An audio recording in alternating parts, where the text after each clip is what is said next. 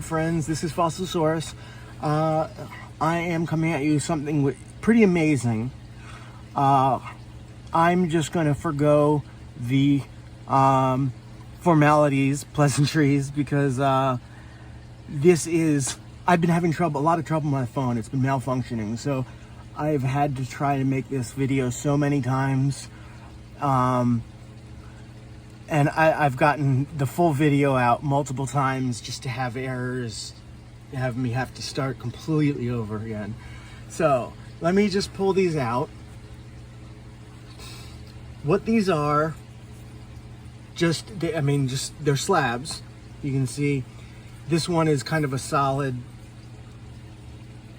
material. Then this one has a dark black and a dark gray and a lighter gray with these kind of brown gray things dividing it. And if you flip it over, you see it's the cross section, so you see the same thing pretty much. There's that much difference in space. So if any of these are things at angles, they're not gonna appear in the exact same spot. They're just gonna be very similar, which is exactly what you see. Unless things were coming directly at you. That's the only way things would be in the exact same spot on both sides. So what these are is, if you can imagine them coming up like this, these are ichthyosaur rib cross sections. A species Stenopterygius or Stenopterygius, I believe. Not the easiest one to pronounce. So these are from the Holzmatten Formation in Germany, which is an extremely rich marine fossil site. It's extremely wealthy in ichthyosaur fossils also. It's not and very well preserved, which is why something like this would become possible.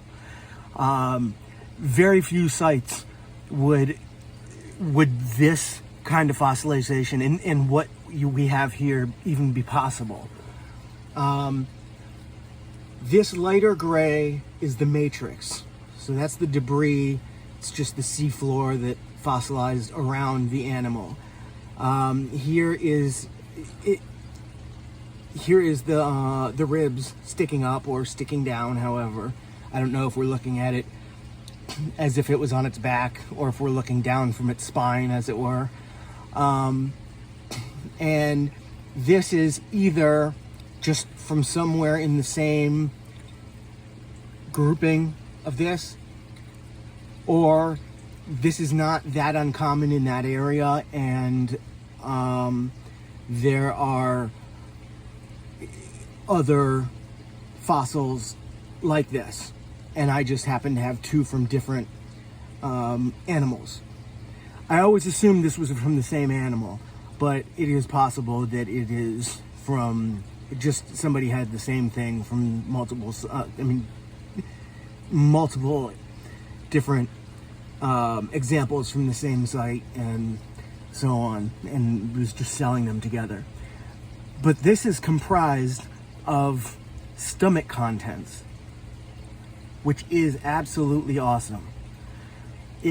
Now, I can't get you guys close enough. I've tried multiple times, but I can get you guys kind of close, and you can start to see things.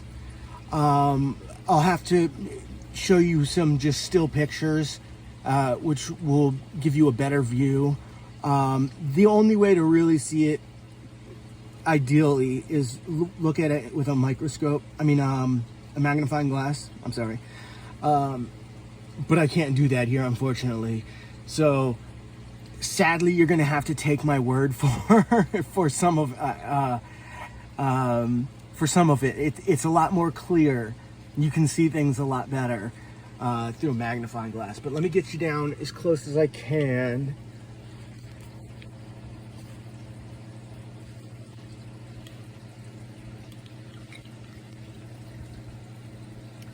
Now,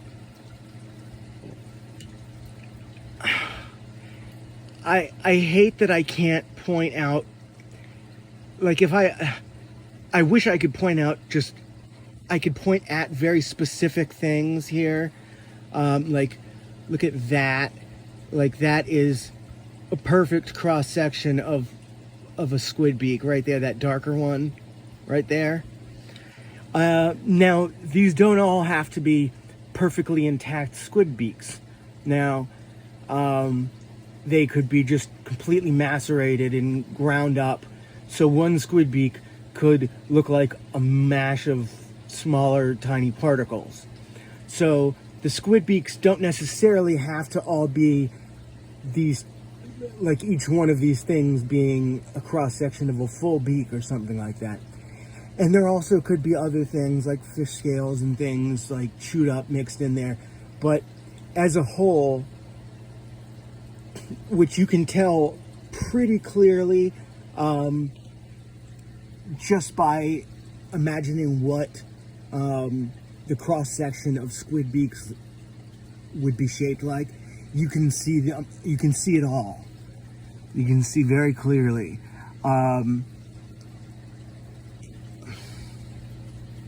I'm very disappointed with how these turn out for the video, because it is such an amazing piece that I'm so disappointed that, I mean, I love it so much.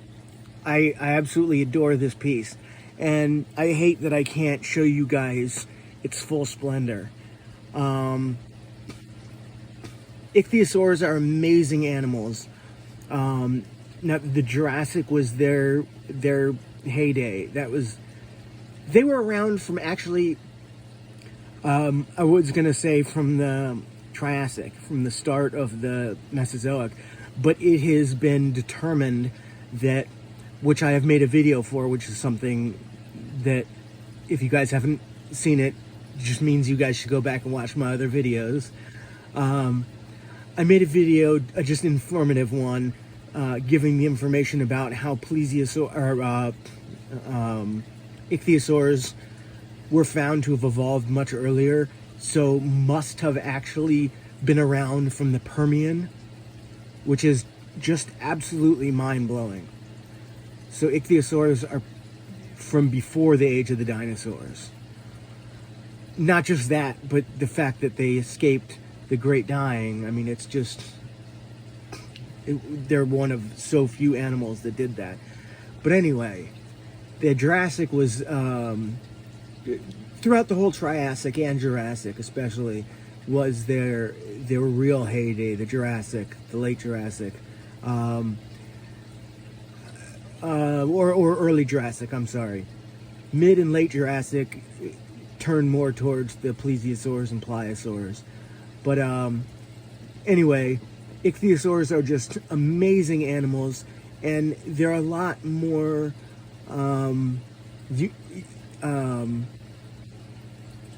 diverse than people might think. The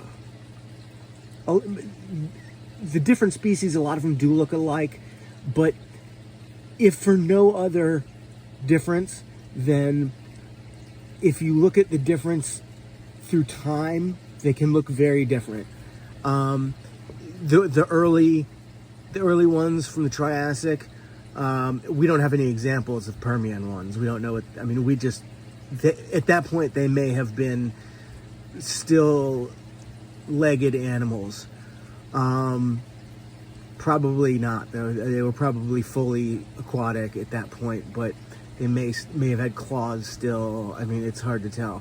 But the early Triassic ichthyosaurs definitely look very different than the Jurassic ichthyosaurs for the most part.